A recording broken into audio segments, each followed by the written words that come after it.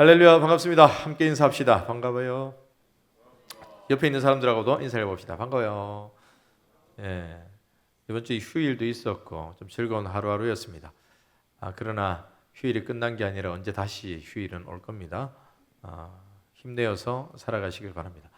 오늘 주신 본문을 가지고 복음을 위해 살게 하신 깨달음이라는 제목으로 하나님 말씀 전하겠습니다. 사람들은 자신이 경험한 특별한 일들을 자연스럽게 이야기하는 경향이 있습니다. 이는 군대를 다녀온 사람들이 너무나도 잘 알고 있는 것이죠. 저를 포함해서 거의 모든, 물론 나오지 않은 지체들도 있습니다. 그러나 훈련소는 갑니다. 군대를 간다는 얘기죠. 많은 남자들이 군대를 다녀옵니다. 그리고 자신이 속해 있었던 군대에 대한 이야기를 무용담 삼아 말하기를 좋아합니다. 그래서일까요? 남자들이 모이면 가장 먼저 군대는 어디에 다녀왔는가, 힘들었는가, 많이 아팠는가, 이런 이야기를 묻곤 합니다. 저도 누군가 새 가족이 왔을 때 군대 얘기로 빠져드는 모습들을 보며 함께하는 자매들이 이런 느낌으로 쳐다보기도 하죠. 그런데 남자들만 그럴까요? 여자들도 비슷할 겁니다. 다만 주제가 다를 뿐이죠. 주제가. 남자들은 군대 이야기지만 여자들은 주제가 뭔가요? 지난 수요일 날 리더들과 이야기를 하니 그 주제가 의식의 흐름대로라고 이야기를 하더라고요. 그냥 생각나는 대로 이야기하는. 그러나 그렇게 생각나는 대로 이야기하는 것이 때로는 1시간을 넘어가고 2시간을 넘어가고 그리고 나서 다음에 또 이야기하자라고 하며 끝맺음을 하는 모습을 볼 때에 누구든 자신이 경험했던 특별한 일들, 그게 의식의 흐름이든지 아니면 공통된 주제이든지 자기가 겪었던 특별한 일들을 말하기 좋아한다라고 하는 사실을 알게 됩니다. 오늘 바울도 동일합니다. 오늘 바울을 보면 자신이 이방인을 위하여 갇혀있는 현실을 말합니다. 그러면서 그가 왜 이렇게 갇혀있을 수밖에 없었는지, 이렇게 갇혀있는 바울은 무엇을 위해 살다가 이러한 형편에 놓이게 되었는지 말하고 있습니다.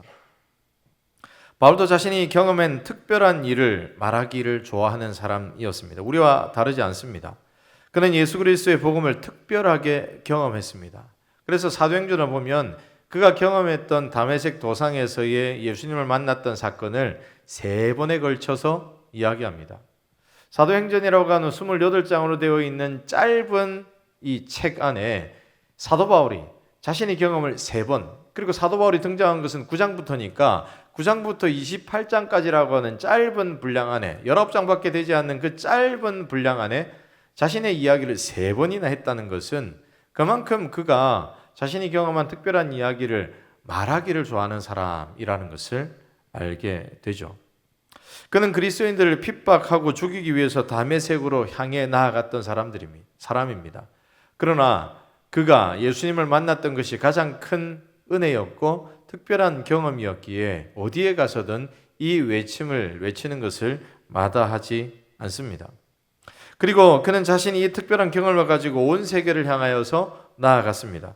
그는 청년의 때까지 공부하였던 유대 율법과 여러 철학자들에게서 배운 그리스의 철학, 그리고 태어나면서 주어졌던 로마의 시민권, 이것이 특별한 것이지만 이 모든 것을 복음을 위해서 사용했습니다. 그가 복음을 외칠 때마다 그의 복음을 외치는 것을 반대하는 사람들이 많이 있었습니다. 어떤 사람들은 이를 향하여서 조롱하기도 합니다. 누군가는 바울에게 네가 학문이 많아서 미쳤구나라고 이야기하는 모습들도 보게 됩니다. 그러나 그는 이런 조롱을 많이 받는다 할지라도 그의 입술에서 복음이 끊어지는 일은 없었습니다. 심지어 그는 복음 때문에 감옥에 갇혔다. 내가 복음을 위해 살다가 감옥에 갇혔다라고 말하면서 감옥에서도 그의 외침을 멈추지 않습니다. 특별히 오늘 본문 1절을 보면 바울은 자신을 가리켜서 이방인을 위하여서 갇힌 자가 되었다 말하고 있습니다. 바울이 쓴 편지들을 살펴보면 그는 특별히 말하고 싶은 것이 있을 때 혹은 강조하고자 하는 것이 있을 때 주로 자신의 형편과 상황을 언급하곤 합니다. 그렇다면 여러분, 바울은 복음을 통하여서 무엇을 깨달았기에 이렇게 감옥에 갇히는 수모를 겪으면서도 이 복음 전하기를 포기하지 않았던 것일까요? 우리가 말씀을 통하여서 2가지를 생각해 보기를 원합니다. 먼저 첫 번째로 바울은 이방인에게도 복음이 허락된 것을 깨달았기 때문에 이 깨달음을 가지고 있는 자신이 입술을 열어서 외치는 것을 멈출 수 없었습니다. 함께 고백합시다. 다시 한번 바울은 이방인에게도 복음이 허락된 것을 깨달았습니다. 여러분, 복음은 모든 믿는 사람들을 향한 하나님의 사랑입니다. 그런데 정말 중요한 것은 복음이 완성될 때까지, 예수님이 오실 때, 그리고 오셔서 십자가에 못 박히시고 부활하시고 승천하시고 성령이 오셔서 그 모든 사건을 가르쳐 주시기 전까지 이 복음은 철저히 감추셨습니다. 5절을 보면 이렇게 말씀하고 있습니다. 우리가 5절 한번 읽어볼까요? 여러분 성경을 열고, 성경 다 가지고 있죠? 5절 읽겠습니다. 시작. 이제 그의 거룩한 사도들과 선지자들에게 성령으로 나타내신 것 같이 다른 세대에서는 사람의 아들들에게 알리지 아니하셨으니. 뭐라고 말하고 있습니까? 여기 보면 사도들과 선지자들이 등장합니다. 이들은 누구입니까? 2주 전에 말씀을 통하여서 여러분 기억하시죠? 사도들은 복음을 전하기 위해서 보냄받은 사람들, 그리고 그들이 외쳤던 복음, 그 복음을 의미합니다. 그리고 선지자들은 그 복음을 온전케 하기 위해서 교회 안에 세워졌던 가르침의 책임을 담당하였던 사람들을 의미합니다. 그런데 여러분, 그들이 성령의 깨달음을 통하여서 성령께서 깨닫게 하심을 통하여서 이 모든 일들을 감당했는데, 그 전에는 그런 일들을 감당하도록 하나님께서 복음을 많은 백성들에게 열어놓으시지를 않으셨습니다. 감추어 놓으셨습니다. 5절 하반절을 보면 이렇게 말씀하고 있지 않습니까? 다른 세대에서는 뭐라고 이야기하고 있죠? 사람의 아들들에게 알리지 아니하셨다. 다른 세대, 여기서 언급하고 있는 다른 세대는 우리가 잘 알고 있는 구약시대를 가리킵니다. 이 시대는 아직 예수님이 오지 않으셨던 시대입니다. 아직 성령이 이 땅에 임하시기 전의 세대입니다. 하나님은 이 세대에 사람의 아들들에게 알리지 않으셨습니다. 어떤 사건을요? 바로 복음에 대한 사건을, 복음에 대한 깨달음을, 오실 메시아에 대한 이야기들을 사람의 아들들에게는 알리지 않으셨습니다. 여기서 말하는 사람의 아들들은 하나님께서 택하신 하나님의 백성들, 하늘의 아들들과 반대되는 개념에 서 있는 사람들입니다. 어떤 사람들입니까? 하나님께서 선택하지 않으신 이방인들을 가리킵니다. 우리가 잘 알듯이 이 시대에는 하나님께서 이스라엘 백성들만 선택하셨습니다. 그리고 그들에게만 언약을 주셨습니다. 그럼 성경을 보면 이스라엘 외에도 다른 사람들에게 새로운 언약을 주시고 너희들도 너희 나름대로 살아봐 라고 말씀하신 적이 있습니까? 없습니다. 이스라엘에게 언약을 허락하셨고, 때로는 이스라엘에게 편입되어서 그 언약을 공급받는 사람들도 종종 있었지만 다 열어놓으신 게 아니었습니다. 다들 하나님께서 택한 사람들 중에 언약을 열어놓으셨습니다. 따라서 율법과 언약의 관점에서 이방인들은요, 외인입니다. 외인. 그래서 바울은 에베소서 2장 12절에서 이렇게 외쳤던 적이 있습니다. 제가 읽어드리겠습니다. 그때에 너희는 그리스도 밖에 있었고 이스라엘 나라 밖의 사람이라. 약속의 언약들에 대하여는 외인이요 세상에서 소망이 없고 하나님도 없던 자이더니. 뭐라고 얘기하고 있습니까? 우리는 에베소서 2장에서 이 말씀이 무엇을 의미하는지 배웠습니다. 기억하시죠? 너희와 우리를 비교해 가면서 너희는 이방인들이고 우리는 유대인 태생으로 예수를 믿은 사람들인데 너희와 우리는 애초에 관계없는 사람들이었다. 복음 이전에 너희는 외인이었다. 율법과 언약에 대해서 전혀 택함받지 못한 사람들이었다라고 하는 과거를 이야기하고 있죠. 오늘 본문에서도 동일합니다. 과거 구약 시대에 아직 복음이 이 땅에 온전하게 완성되어지기 전까지, 예수님이 오시기 전까지 이 복음은 철저하게 감추어져 있었습니다. 따라서 이방인들에게 예비되어 있는 것은 오직 죄에 대한 심판과 멸망뿐이었습니다. 그런데 언약과 율법 안에서는 외인이었던 이방인들에게도 복음이 허락되었습니다. 예수 그리스도의 십자가로 복음이 완성될 때까지 감추어 놨던 그 복음이 이제는 완성된 이후에 많은 사람들에게 선포되었습니다. 하나님께서는 이스라엘 나라를 통하여서 완성하셨던, 이스라엘 나라를 통하여서 오셨던 예수 그리스도를 통하여서 완성하셨던 이 복음을 이제는 맡기신 사도와 같은 사람들을 통하여서 만방에 알리시기를 시작합니다. 오늘 6절을 보면 이렇게 말씀하고 있습니다. 함께 6절에 있는 말씀 합독하여 읽겠습니다. 시작. 이는 이방인들이 복음으로 말미암아 그리스도 예수 안에서 함께 상속자가 되고 함께 지체가 되고 함께 약속에 참여하는 자가 됩니다. 복음 이전에는 결코 이런 일이 있을 수 없었지만 복음이 이방인에게 닿게 되었을 때 어떤 일이 일어납니까? 예수 안에서 상속자가 됩니다. 상속자가 된다는 것은 무엇을 의미할까요? 유대인들처럼 하나님의 약속을 그들도 함께 받은 사람이 된다는 겁니다. 함께 약속에 참여한 자가 된다는 것이죠. 다른 말로 하나님의 택한 백성 이스라엘과 동일한 지위를 가지게 된다는 겁니다. 이방인들은 유대인들과 섞일 수 없는 사람들입니다. 그래서 이방인들을 향한 유대인들의 무시는 상당했습니다. 그들은 저주를 받아 멸망할 사람들이라 이렇게 생각을 합니다. 유대인들이 볼 때, 택함을 받은 그들이 볼 때 이방인들은요, 지옥의 땔감 정도로밖에 생각을 하지 않습니다. 그런데 유대인과 이방인이 동일한 약속을 받았다. 이게 얼마나 놀라운 일입니까? 이러한 놀라운 일이 무엇을 통하여서 가능하게 되었습니까? 바로 복음입니다. 하나님께서 계획하시고 예수님이 완성하신 그리스도의 십자가입니다. 그 십자가의 은혜를 깨닫게 하시는 성령의 능력으로 이런 변화가 일어나게 되었습니다. 그래서 사도 바울은 에베소서 2장 13절에서 이렇게 외치기도 했습니다. 제가 읽어드리겠습니다. 전에는 멀리 있던 너희가 그리스도 예수 안에서 그리스도의 피로 가까워졌느니라. 멀어도 너무 멀리 떨어져 있던, 전혀 관심 없고 삶의 방향이 달랐던 너희들이 이제는 우리와 가까워졌다. 또 무엇이라고 말하고 있습니까? 이제 한 약속을 공유할 뿐만 아니라 한 지체가 되었다라고 말합니다. 6절 중반부에 보면 함께 상속자가 되었을 뿐만 아니라 무엇이 되었다고요? 지체가 되었다. 여러분, 여기 지체가 되었다는 말은 더 놀라운 말입니다. 왜냐하면 상속자는요, 피부치가 아니라도 가능합니다. 왜죠? 내가 입양하면 되죠. 입양하면 되죠. 근데 사실상 지체라 부르는 것은 이 입양의 관계가 아니라 정말 형제 자매된 피 맺은 관계라고 하는 것을 전제에 두고 있는 표현입니다. 마치 한 가족이 있을 때 각기 팔과 다리의 역할을 감당하는 그런 한 형제의 모습을 이야기하고 있는 거죠.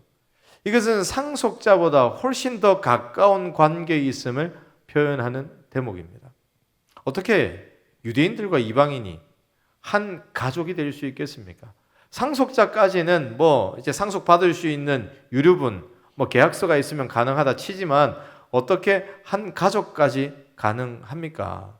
결코 불가능합니다.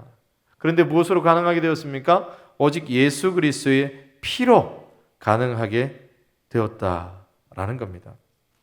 여러분, 유대인들은요, 이방인들을 어느 정도로 안 좋게 생각하고 또 멸시했느냐면 그들과 함께 피를 나눈 형제와도 같은 사마리아 사람을 대하는 모습을 보면 잘 알 수가 있습니다. 예수님께서 사역하실 당시에 사마리아 지역이 이제 갈릴리로 가는 길목에 있는데 그 길로 통과하여 가면 빨리 갑니다. 그런데 굳이 거기를 통과하지 않습니다. 멀찍이 돌아갑니다. 왜냐하면 그 지역에 있는 사람들이 더럽다라고 생각했기 때문입니다. 그들은요, 거기에 있는 사마리아 사람들 향하여서 개보다도 못한 사람들이라 이렇게 규정짓고 그들을 멸시하기까지 했습니다. 그래서 예수님이 사마리아 수가성에 가서 사마리아 여인과 대화할 때에 제자들은 그 모습을 보면서 놀랐습니다. 왜 예수님이 사마리아 여인과 대화하는 거지? 왜 우리의 선생님이 저런 사람과 함께 있는 거지? 그런 생각을 가졌습니다. 왜냐하면 사마리아 사람들이 멸시를 받는 데에는 나름대로의 이유가 있었기 때문입니다. 아수르가 이스라엘을 공격했을 때 많은 사람들이 아수르로 잡혀갔습니다. 그러나 다 잡혀간 것이 아니라 아수르가 잡아가고 남은 사람들이 사마리아에 거주했습니다. 그런데 아수르는요, 인종 통합 정책을 씁니다. 아수르에 있는 사람들을 이 사마리아 땅으로 이주시키는 거죠. 그래서 여호와 하나님만 믿고 바라보는 그들의 명맥을 끊어버리려 했습니다. 그 상황을 겪었고 그 속에서 혼합된 신앙을 가졌고 혼합된 인종으로 태어났고 살아왔던 사람들이 바로 예수님이 사역할 당시에 사마리아 사람들입니다. 어쩌면 여러분 그 사람들 불쌍한 영혼 아니겠습니까? 그런데 그들을 멸시하는 겁니다. 여러분 옛날에 우리나라도 이런 일들이 있었습니다. 어떤 일들이 있었죠? 일제 치하에 살게 되었을 때 무수히 많은 여인들이 일본이 아니죠. 이 종군 위안부로 군대를 따라서 온갖 지역으로 끌려다녔습니다. 그런데 그런 치욕스러운 세월을 끝나고 고향으로 돌아왔을 때 그들을 향하여서 쏟아지는 질타가 상당했죠. 흔히 우리는 국어 시간에 배웠는데요. 고향으로 돌아온 사람이다. 그래서 환향여라고 표현하거든요. 그죠? 이게 정상적인 표현입니다. 그런데 이게 욕이 되었어요. 어떻게 하는지는 여러분 알고 계시기 때문에 따로 표현하지 않겠지만 얼마나 어렵고 힘든 세월을 살았고 아픔의 세월을 살았는데 그들을 향하여서 보듬어 주지는 못하는데 잠깐 물어보기까지 이렇게 보듬어 주지도 못하고 안아주지도 못하고 그들을 향하여서 멸시와 천대로 일관했던 우리 민족의 모습들이 있는 것처럼 그들은 사마리아 사람들을 향하여서 그렇게 평가하고 그렇게 멸시했습니다. 이 가운데 가장 중요한 멸시의 포인트는 이방인들과 혼합되었다는 거예요. 하나님의 백성이 어떻게 이방인들과 함께 할 수 있는가? 이방인을 그토록 멸시하는 그들이 이제는 유대인과 이방인이 합하여 그 후손으로 태어난 그들을 멸시하는 모습을 우리는 보게 되죠. 이 모습을 보면 이스라엘 백성들이 유대인들이 그들과 전혀 다른 사람들이다. 지옥에나 떨어져야 되는 사람들이다 라고 이방인들을 생각하며 이방인들을 향하여서 딱지를 붙이고 있었던 것을 우리는 알게 됩니다. 그런 관계에 있는 사람들이 어떻게 하나가 될 수 있습니까? 어떻게 한 약속을 붙들 수 있으며 어떻게 상속자가 될 수 있으며 어떻게 지체가 되고 가족이 될 수 있습니까? 그런데 사도 바울은 깨달았습니다.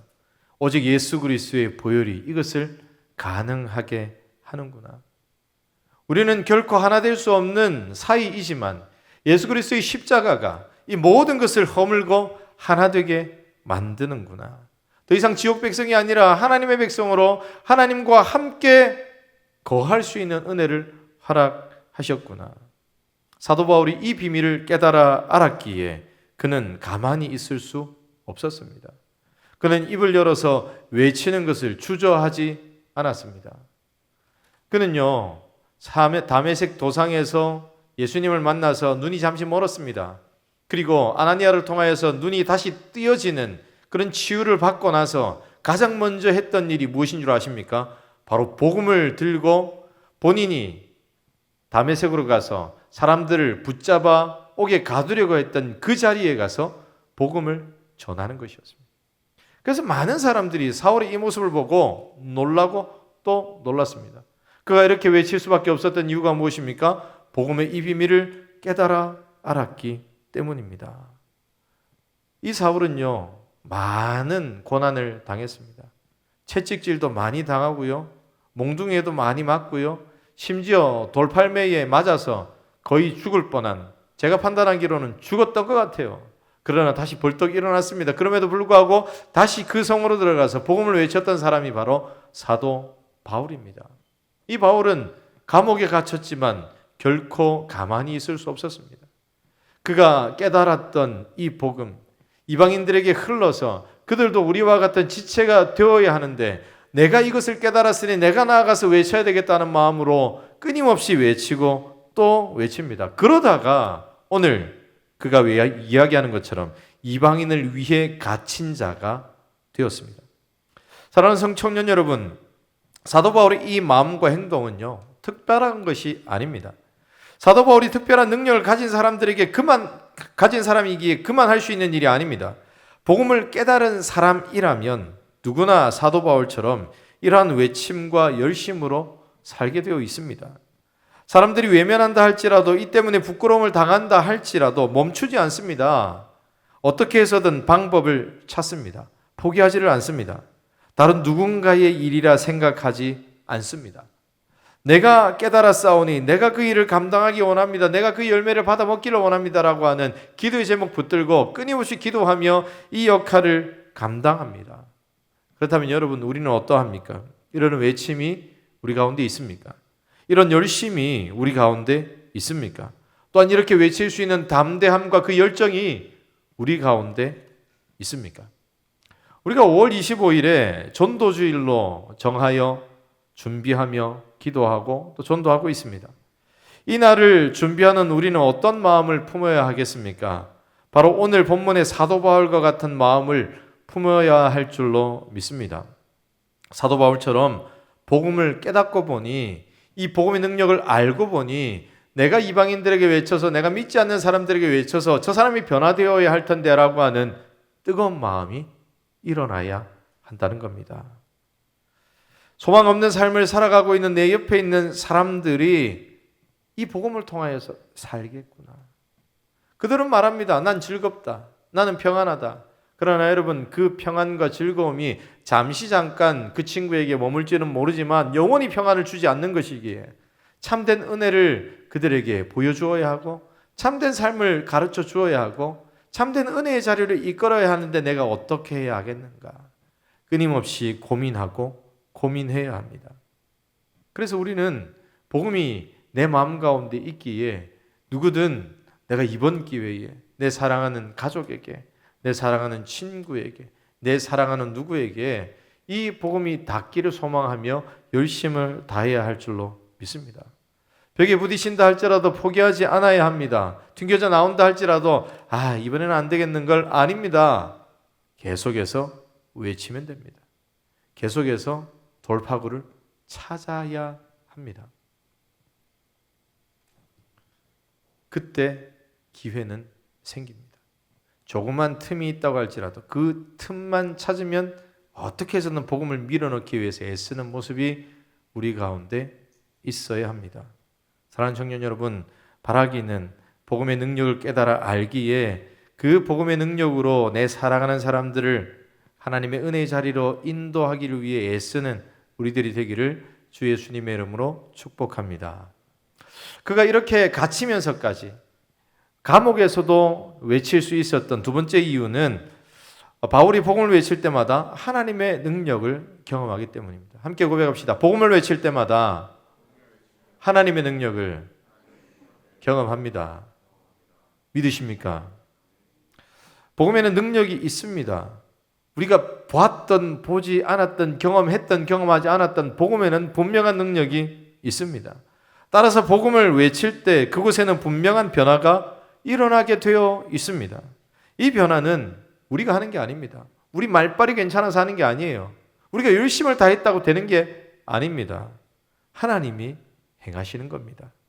복음을 외치는 사람은 연약할지라도 우리 하나님의 능력이 크시기에 하나님께서는 복음이 닿는 곳마다 변화가 일어나게 하십니다.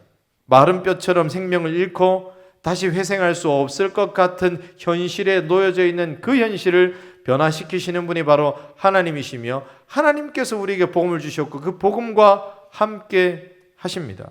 따라서 우리는 능력을 경험하고자 한다면 복음을 외쳐야 합니다. 사도 바울은 이렇게 고백하고 있습니다. 7절입니다. 함께 7절의 말씀 한 목소리로 읽겠습니다. 시작. 이 복음을 위하여 그의 능력이 역사하시는 대로 내게 주신 하나님의 은혜의 선물 따라 내가 일꾼이 되었노라. 아멘. 그가 말하는 이 복음은요, 앞에서 언급한 이방인이 한 지체가 되게 하는 그 복음, 그 능력을 의미합니다.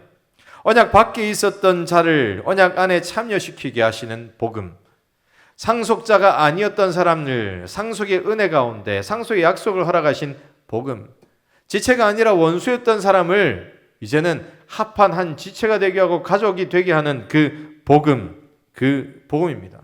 사도 바울은 이 복음을 위한 일꾼이 되었습니다. 그런데 그가 일꾼이 된 상황을 어떻게 표현하고 있습니까?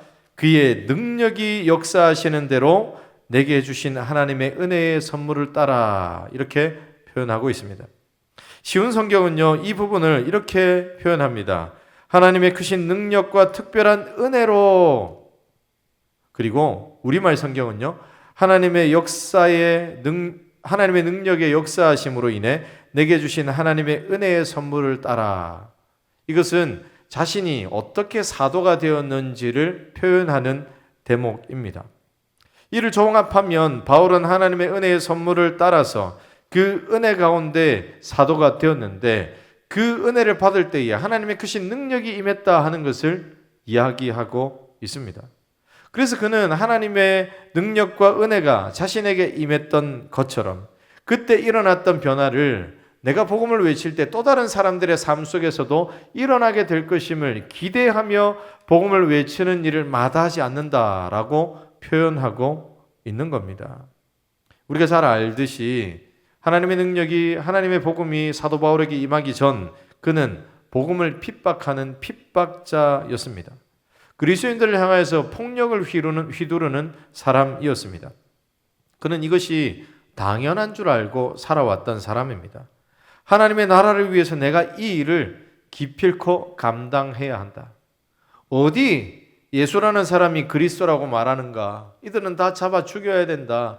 어디 신성을 모독하는가? 이것이 그가 가지고 있는 폭행과 핍박의 정당성이었습니다.